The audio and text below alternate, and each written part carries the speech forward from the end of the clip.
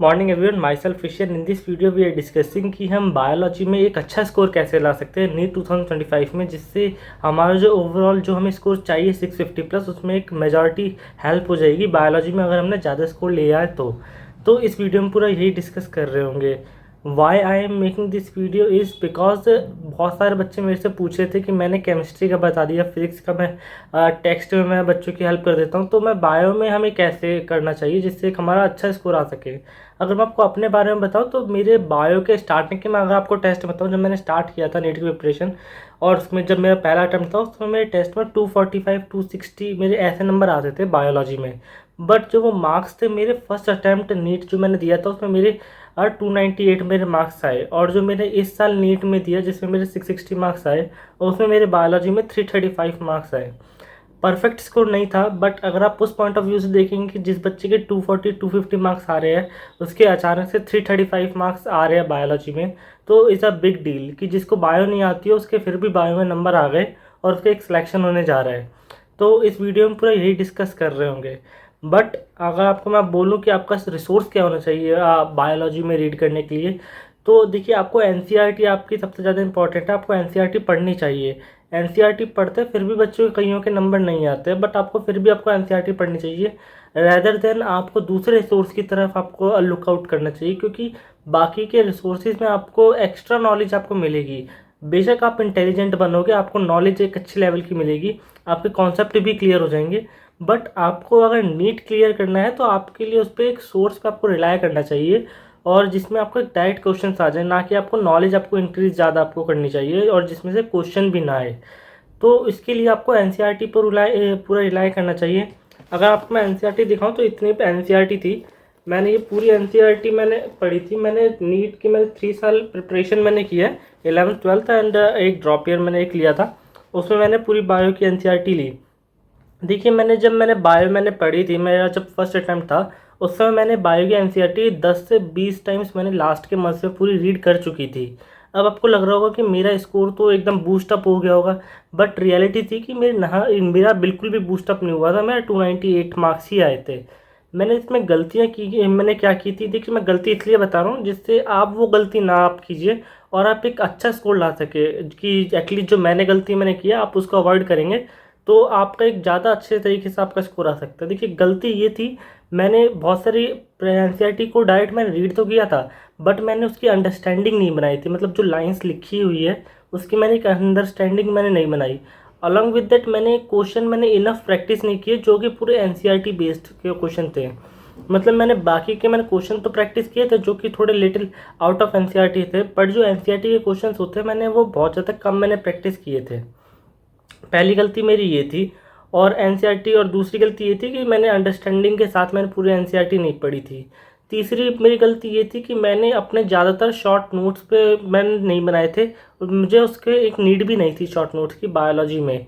But जो मैंने notes बनाए थे मैं उसको नोट्स को तो मल्टीपल टाइम्स रिवीजन करता था, बट जो बायोलॉजी थी मैंने बायोलॉजी की एनसीईआरटी मैंने नहीं पढ़ी थी इतनी ज़्यादा। मैं 10 से 20 टाइम पढ़ी थी, वो भी एकदम स्पीड में, तो अंडरस्टैंडिंग मेरी नहीं हुई थी। जो मेरी फोर्थ गलती थी वो मेरी थी कि जो मेरे जो ये बायो की बुक में आपको जो इमेजेस दिखती है और जो पिक्टोरियल डायग्राम्स दिखते हैं वो बहुत सारे बच्चे मिस कर जाते हैं। मैंने भी मिस किए थे कि जो मैं थ्योरी पार्ट होती है, अगर मैं आपको एग्जांपल देना चाहूँ तो देखिए जैसे कि ये वाला अगर आपको मैं पेज दिखाऊं तो आप देख सकते हैं कि इधर थ्योरी पूरी पार्ट लिखी हुई है। तो मैं क्या करता था, ये पूरी थ्योरी पार्ट तो मैंने पूरी पढ़ ली, बट जो डायग्राम है ना, तो मैं डायग्राम नहीं पढ़ता था, ना डायग्राम की मैं लेबलिंग देखता था, जिसकी वजह से मेरे क्वेश्चन गलत हो जाते थे। जैसे कि आपको मैं अभी रिसेंट में बताऊं, जब मैं ड्रॉप ईयर में था उस समय एक क्वेश्चन आया था नीट में कि एक मेज का डाइसेक्शन डायग्राम आया था। आप जिनने नीट दिया होगा उनको याद होगा ये क्वेश्चन।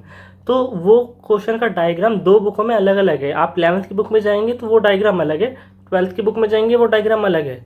तो मैंने 11th की बुक का डायग्राम तो मैंने पढ़ लिया, बट मैंने 12th की बुक का जो डायग्राम वो था मीस का डायग्राम, मैंने उसको नेग्लेक्ट कर दिया। नेग्लेक्ट करने की वजह से मेरा क्या हुआ कि मेरा -1 हो गया और जो मुझे 4 मिलने वाले थे वो भी नहीं मिले।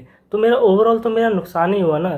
तो आप ये गलती मत करना, आप जो भी डायग्राम है, जो पिक्टोरियल डायग्राम्स है, आप वो पूरे पढ़ के जाएं। यहाँ तक कि जो डायग्राम के नीचे जो छोटी छोटी सी लाइन लिखी होती है ना कि फिगर्स में कि ये रिप्रेजेंट कर रहा है, आप उसको भी पढ़ के जाना कि कई बच्चे होते हैं कि डायग्राम तो पढ़ लेंगे बट जो नीचे की लाइनें होती हैं वो लाइनें नहीं पढ़ते, तो लाइनें भी इंपॉर्टेंट है।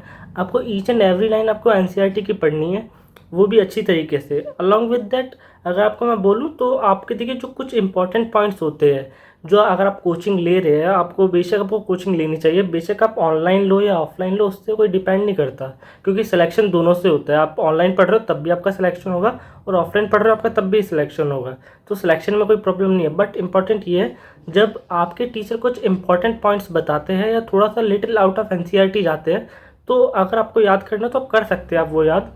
और जो एनसीईआरटी के जो भी एक्स्ट्रा पॉइंट्स होते हैं, जो इंपॉर्टेंट पॉइंट्स होते हैं, तो आप उसको आप अपने अलग से तो नोट्स आप बनाओ साथ में, जब आप क्लास अटेंड कर रहे हो तो आप उस समय एक नोट्स बना रहे हो, बहुत अच्छी बात है। बट उसके साथ वही नोट्स आप अपनी एनसीईआरटी के अंदर भी लिखो। जैसे कि मैं आपको बताऊं तो जैसे कि ये वाला पॉइंट मैंने पढ़ा था, मतलब इस थ्योरी पार्ट में मैंने पढ़ी थी, तो रिवीजन टाइम में मैंने क्या कर दिया था, lenticels don't occur in leaf.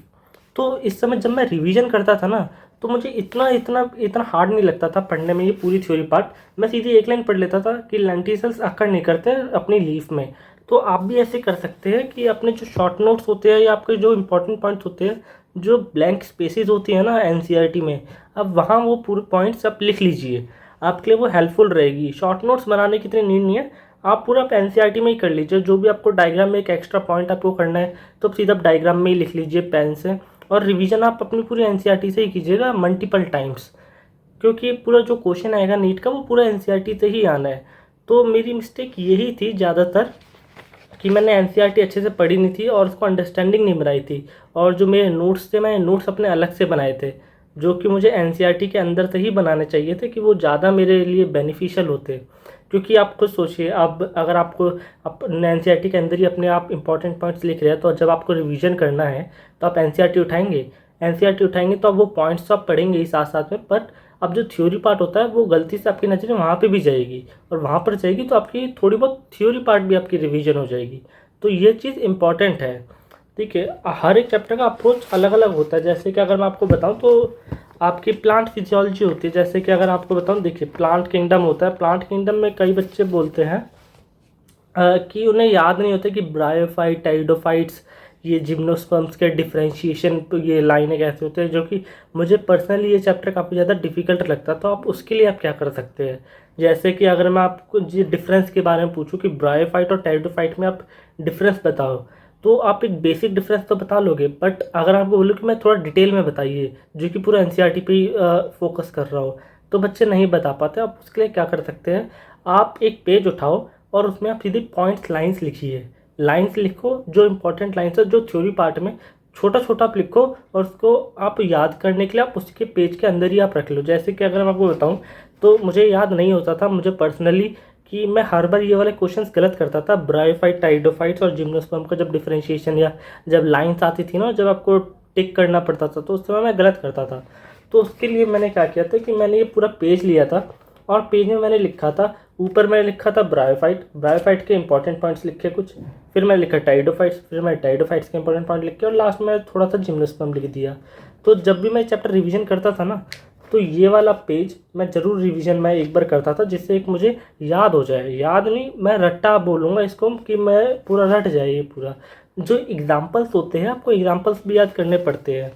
जैसे कि अगर आपको बोलूँ कि अगर आपको 18 एग्जाम्पल्स याद करने हैं फंगी के या एल्गी के, तो आप बोलेंगे कि नहीं हो पाएगा, मतलब 18 एग्जाम्पल आप कैसे याद करेंगे इतनी जल्दी।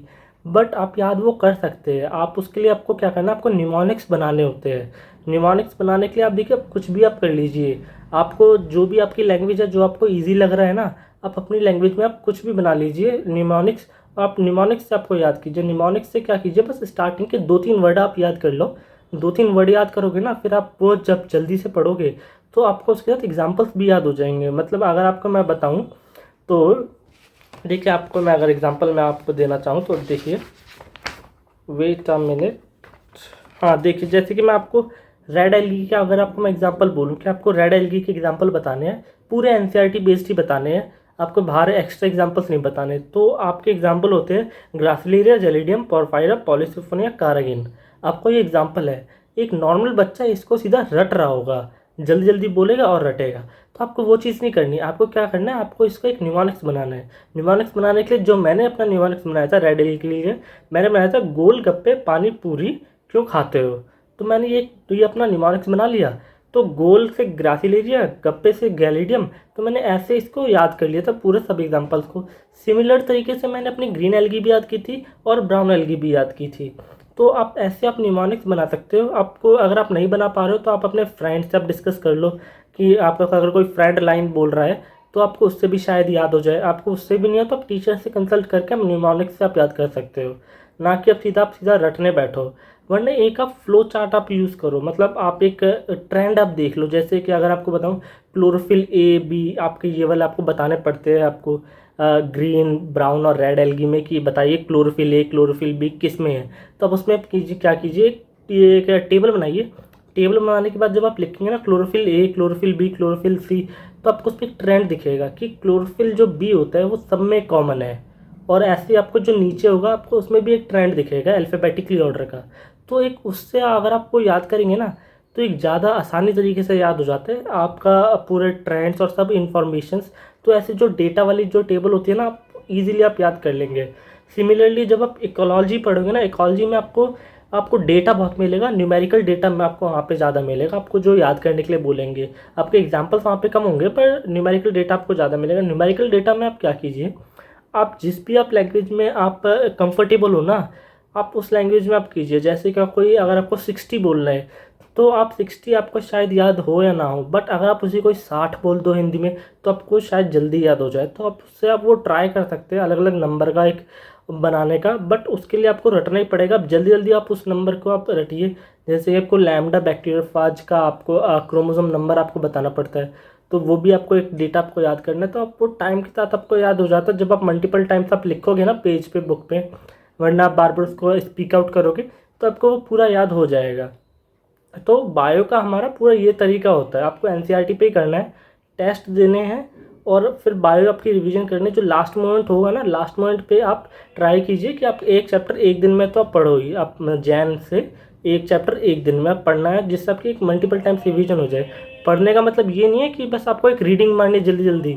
आपको ऐसा नहीं करना, आपको एक एक पॉइंट आपको अच्छे से समझ के करना है जिससे एक वो लॉन्ग टर्म के लिए आपको बेनिफिट मिले, ना कि शॉर्ट टर्म के लिए बेनिफिट लेना है। इस वीडियो में बस इतना ही था कि बायो को कैसे पढ़ें। अगर आपको किसी और टॉपिक पे चाहिए वीडियो तो आप मुझे कमेंट सेक्शन में बता सकते हो। Till then thank you.